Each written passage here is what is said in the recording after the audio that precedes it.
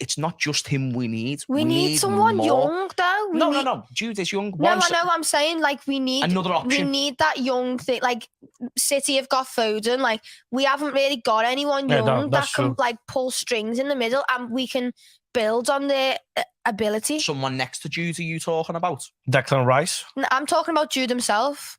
Let's talk about the midfield situation. Let's just throw ideas. I like this. This is fun. We're coming to Christmas. It's got to be positive vibes. Christmas miracle. So, Ruby, what's the... Yeah, there's a game. Christmas wish. So you've got a Christmas wish of what you can add into the team, right? Let's hypothetically say Jude Bellingham's a guarantee. Yeah. So you're talking about the additional player that you want with him. Who is that player? Rice isn't a bad shout, but I don't think I'd take him. How much he's cost? Rice. Oh, it's expensive. Let's just say it's not going to be, what are those Rice called? The Jerry's ones, the Ben's ones? What? Uncle Ben's?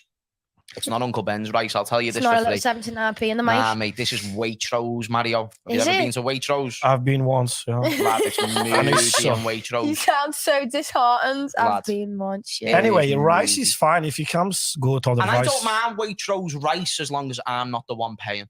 So if we do go out there and buy 80 million on Rice and we do go out there and get Bellingham, oh my God, I'll be so happy. Do I think we can afford to do both them things? No. So would I'd have Jude over Rice. Suggest it? Maybe not. What? I'd have Jude over Rice.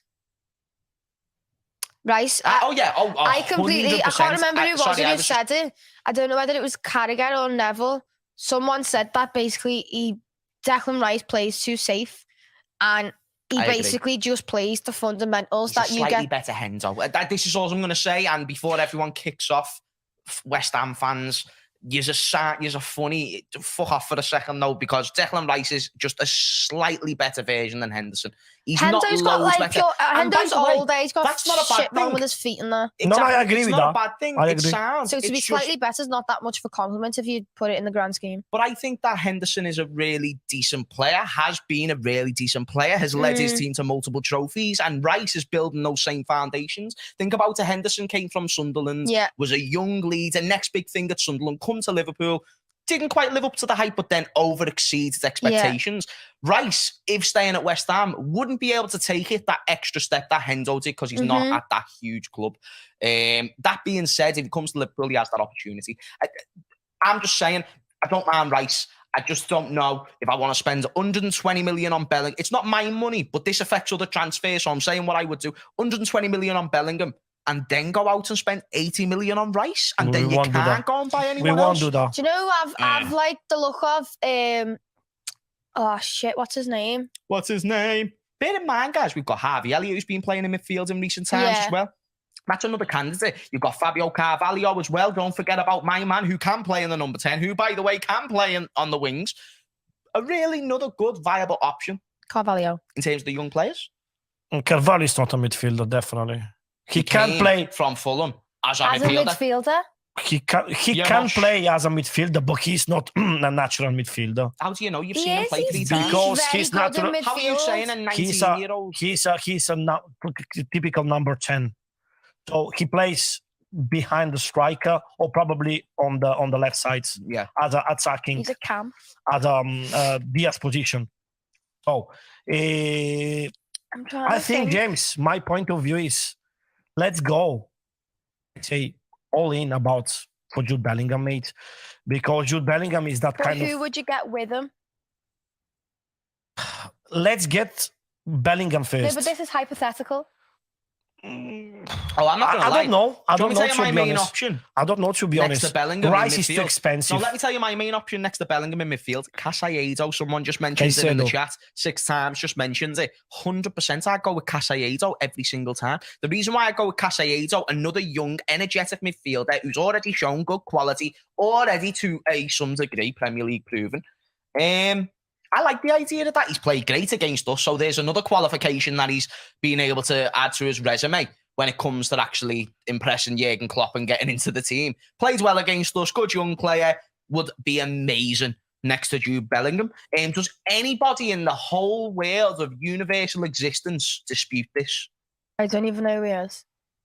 Casado. Okay, so I know him, but... Who does he play for? Brighton. For Brighton. Young player, 20 years of age. Chat, let me know what you all think. It's a Brighton midfielder. Someone just mentioned Kudus as well. Kudus can play as a midfielder. Kudus is not a midfielder. Kudus is attacking. Can play midfielder. I've liked that Ito from Japan, I'm not going to lie.